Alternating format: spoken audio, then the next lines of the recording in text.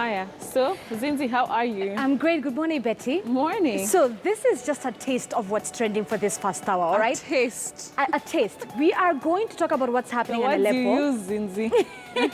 We're going to talk about what's happening in Aleppo, right? Okay. And we're just going to refresh our memory, and then we'll bring you up to date with what's happening right now at this very moment. And then we're going to go to Uganda, and we'll tell you why policemen in Uganda are wearing heels.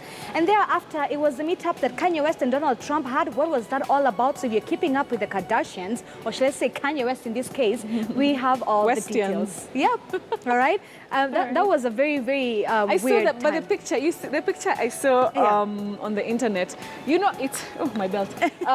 Trump was sort of, he had this smirk on his face. He did. I don't know, I was a bit uncomfortable with that. You know what? Maybe we should actually just begin from there today, all right? Let's have that video of Kanye West and Donald Trump where they met in New York City outside the Trump Tower. All right.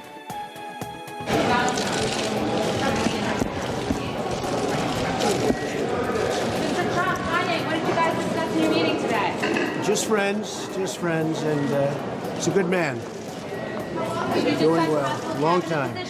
We've been friends for a long time. Life.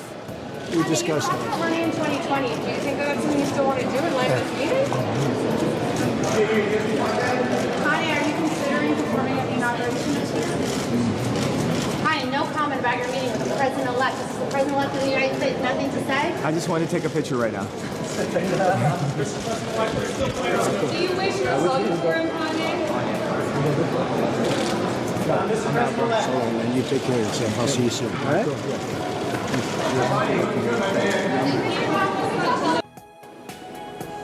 That video, I don't know. What do you mean you do not know? I don't know. It's so. I feel it's so plastic. Well, first of all, we do not know why those two met or what was being discussed for sure. Like you've heard in that clip. And isn't Kanye supposed to be on bed rest or something? That's the thing. This is one of Kanye's first appearances with that gold hair look, the color, right after him being hospitalized, right? And on top of that, this conversation that Donald Trump and Kanye West had, no one knows what really they discussed. I mean, you just had the journalists asking them for details, but Kanye was just keeping quiet. And when the journalists asked Kanye, you have nothing to say when you talk to a president-elect? And it's like, I just want a photo, you know? My goodness, I don't know. It's a bit uncomfortable. But anyway, we'll see. Yeah. But Donald Trump, yeah. I don't know, but I don't like how he said, this is a really good man. Kwani, he expects Kanye West to be a what? That's the thing, yeah? And if you watch the VMA Awards, and I know we discussed this, remember when Kanye West decided to say that he will have his presidential bid come 2020? And that was one of the biggest things for that VMA. And I'm wondering, how did this two, you know, was it very awkward? But look at Trump's, that's not even a, that's like a smirk face. That's yeah, yeah, whatever. And Kanye, on the other hand, he looks very, he looks very genuinely happy. happy. All right? And anyway. you want to remember that Kanye West and Hillary and Kim Kardashian actually supported Endorsed Hillary. Clinton. Exactly, because you know there were also photos and selfies of them.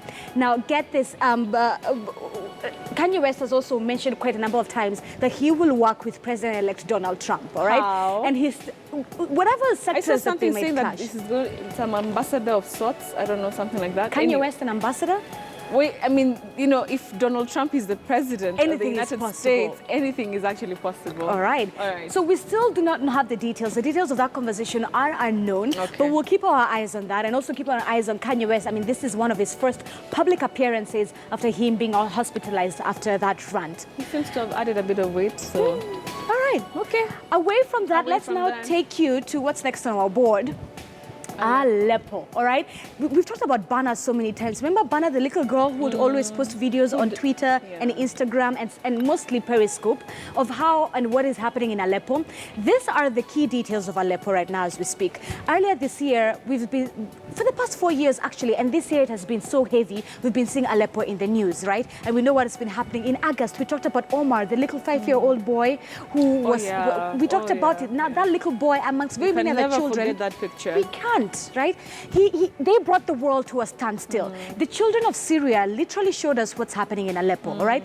Right now, as we speak, Russia and Syria, who have been working hand in hand in getting rid of the rebel forces, have actually occupied majority of the places in Aleppo, all right?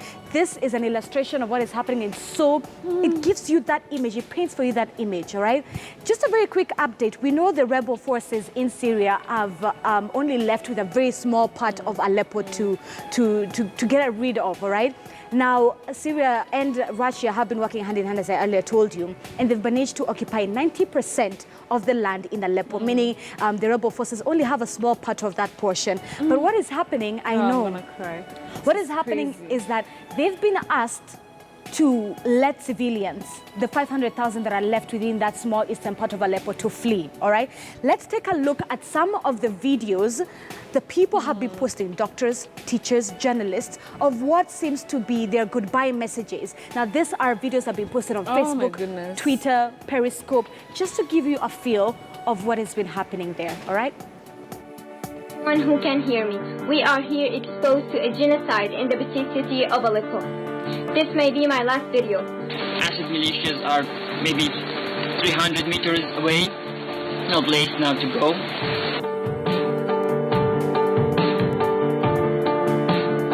Not really what to say. Words can't go out now. I hope you can do something to stop the expected massacres. We may not be able to send any more messages as regime forces push closer and closer. The airstrikes become more intense, if there's even such a thing as that.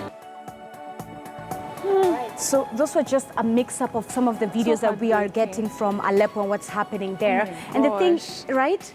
The UN has called this the worst humanitarian crisis in the 21st century, Betty, right? And on top of that, just to give you a hint of what America thinks of this, Samantha Power, the US ambassador to the UN, when she was addressing the UN Security Council, called out, or rather described Russia, Syria, and Iran, who are a team when it comes to this fight, as is there literally nothing that can shame you, given that what's been happening there?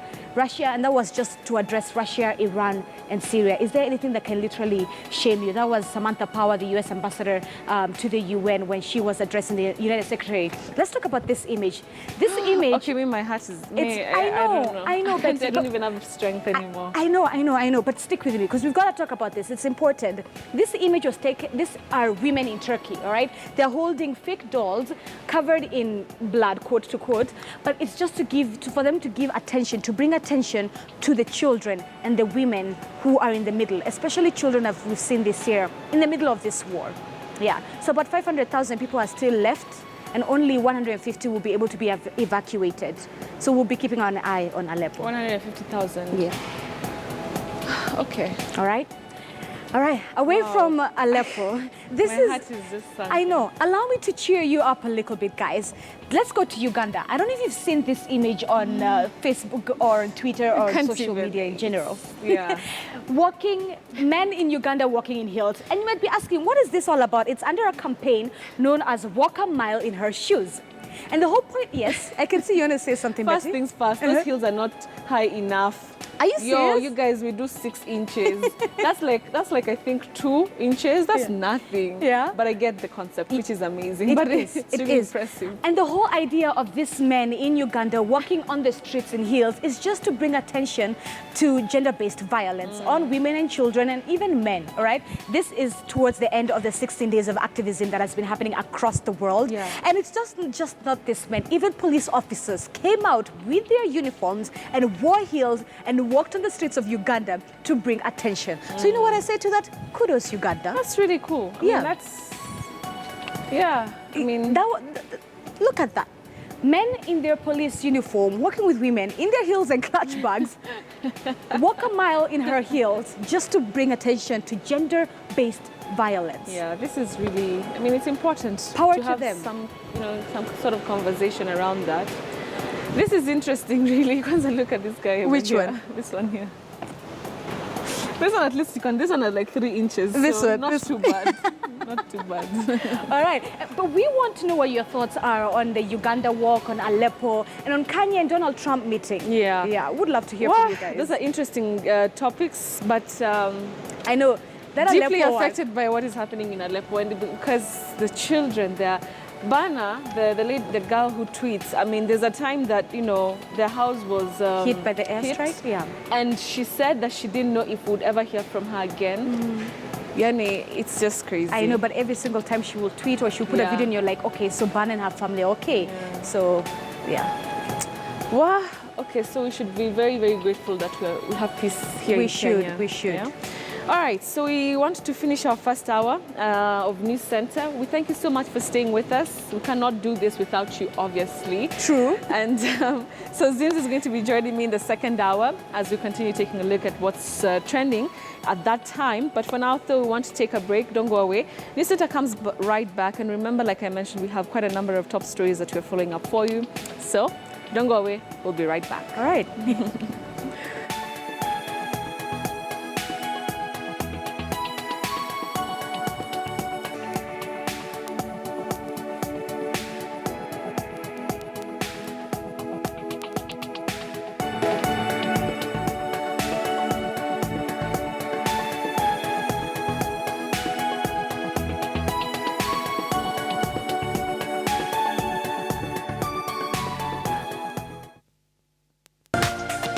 This is KTN News.